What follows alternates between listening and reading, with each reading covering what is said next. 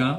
고린도전서 48번째 시간, 마땅한 지식을 소유한 신앙, 마땅한 지식을 소유한 신앙이라는 제목으로 하나님 말씀 증거하도록 하겠습니다. 본문의 말씀 고린도전서 8장 1절로 3절에 있는 말씀 함께 읽습니다.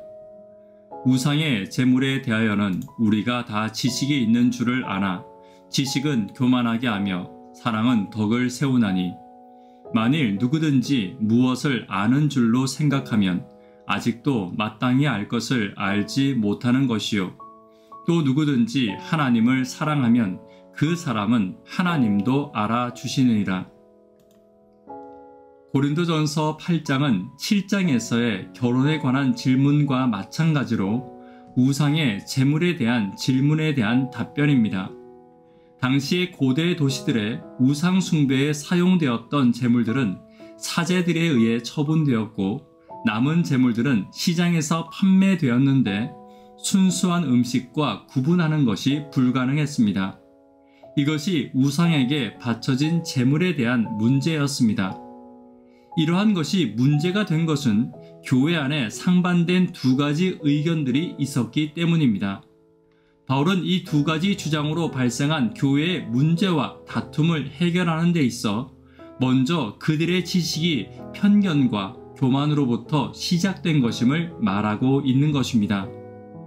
바울은 그들이 마땅히 가져야 할 신앙적 지식이 없으므로 이 모든 문제가 시작되었음을 이야기하며 그들이 모든 율법과 원칙보다 먼저 가져야 할 것이 무엇인지 이야기하고 있는 것입니다.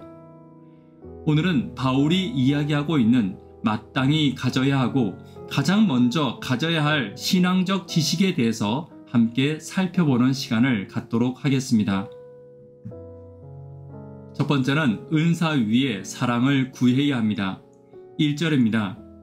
우상의 제물에 대하여는 우리가 다 지식이 있는 줄을 아나 지식은 교만하게 하며 사랑은 덕을 세우나니.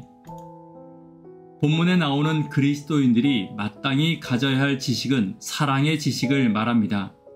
교회 내의 다툼의 원인은 그들이 가진 지식 때문이었습니다.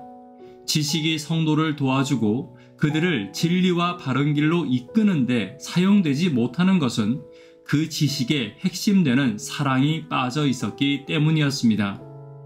사랑이 빠진 지식은 남을 평가하고 자신을 자랑하고 자신의 주장을 포장하는 데 사용되었습니다.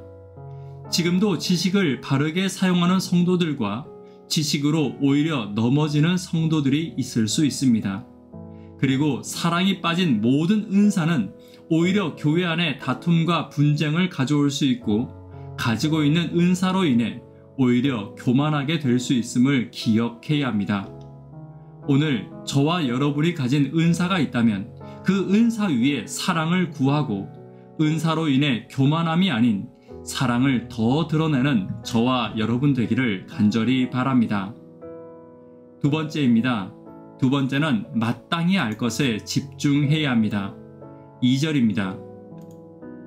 만일 누구든지 무엇을 아는 줄로 생각하면 아직도 마땅히 알 것을 알지 못하는 것이요. 바울은 사랑과 지식을 비교하며 먼저 그들이 가진 지식의 불완전함을 이야기하고 있습니다. 2절에서 나오는 지식은 하나님을 아는 지식을 말하는데 하나님을 안다고 말하며 하나님의 사랑을 모르고 교만과 분쟁 속에 있는 것은 하나님을 올바르게 아는 것이 아니라는 것입니다. 다시 말해 마땅히 알아야 할 하나님의 사랑을 빼고 아는 것은 하나님을 안다고 말할 수 없다는 것입니다. 성도는 하나님을 아는 존재입니다. 바울은 하나님을 아는데 마땅히 알 것을 먼저 알고 마땅히 알 것에 집중하는 것이 당연함을 이야기하고 있는 것입니다. 예수님 당시나 초대교회에 지식이 많은 유대인들에게 가장 부족한 것은 사랑이었습니다. 사랑이 없는 율법과 지식과 봉사와 헌신은 그들의 신앙에 오히려 짐이 되었고 그들의 신앙에 더 큰 장애물들이 되었습니다. 오늘도 우리가 가진 신앙이 신앙의 모든 행위에서 사랑이 빠진다면 신앙의 행위가 나를 넘어뜨리고 시험에 들게 하는 것들이 될 수 있는 것입니다. 오늘 신앙에 가장 먼저 해야 할 마땅한 사랑에 집중하고 먼저 사랑하기를 위해 기도하는 저와 여러분 되기를 간절히 바랍니다. 세 번째입니다. 세 번째는 사랑은 억울한 것이 아닙니다. 3절입니다. 또 누구든지 하나님을 사랑하면 그 사람은 하나님도 알아주시느니라. 생각보다 많은 성도들이 사랑을 억울해합니다. 나를 사랑하지 않고 나를 인정하지 않고 존중하지 않는 누군가를 사랑하는 것을 억울해하는 것입니다. 그리고 그들을 위해 기도하는 것도 억울해하는 성도들이 많이 있습니다. 디모데전서 2장 19절에 있는 말씀 함께 읽도록 하겠습니다.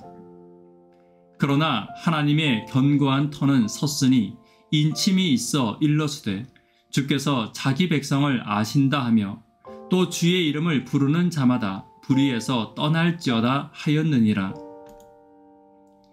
하나님은 자신의 백성을 아십니다.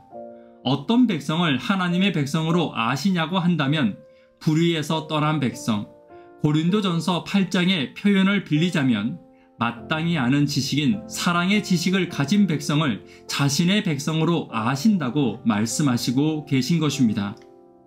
또 하나님은 자신의 백성의 기도와 사랑을 아십니다. 원수를 위해 기도하는 백성의 기도를 아시고 지식보다 먼저 봉사와 헌신보다 먼저 사랑을 위해 기도하는 백성의 기도를 아시는 것입니다.